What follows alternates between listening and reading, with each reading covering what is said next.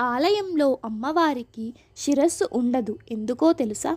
ప్రతి ఆలయంలోనూ విగ్రహానికి శిరస్సు నుంచి పాదాల వరకు పూర్తి రూపం ఉంటుంది. కానీ ఆంధ్రప్రదేశ్లోని విశాఖ జిల్లాలో కొలువైన అమ్మవారి విగ్రహానికి మాత్రం శిరస్సు అనేది ఉండదు. ఆ స్థానంలో ఓంకారం అనే రూపంలో దర్శనమిస్తుంది.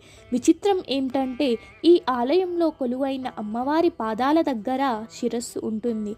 ఈ అమ్మవారికి కేవలం చెంచెడు పసుపు నీళ్లను సమర్పించుకుంటే చాలు భక్తుల కోరికలన్నీ తీర్చేస్తుందని చాలామంది భక్తులు నమ్ముతారు. అంతటి విశిష్టత ఉన్న శ్రీ ఏరుకామాంబ ఆలయం విశాఖపట్నం జిల్లా అక్కయ్యపాలెం సమీపంలోని దొండపర్తిలో వెలసిన శ్రీ ఏరుకామాంబ అమ్మవారు. ఈ అమ్మవారిని సత్యం చెప్పే తల్లిగా కొలుస్తారు. ఇక్కడ కొలువై ఉన్న అమ్మవారి వెనక భాగంలో శ్రీచక్రం ఉందని భక్తుల నమ్మకం.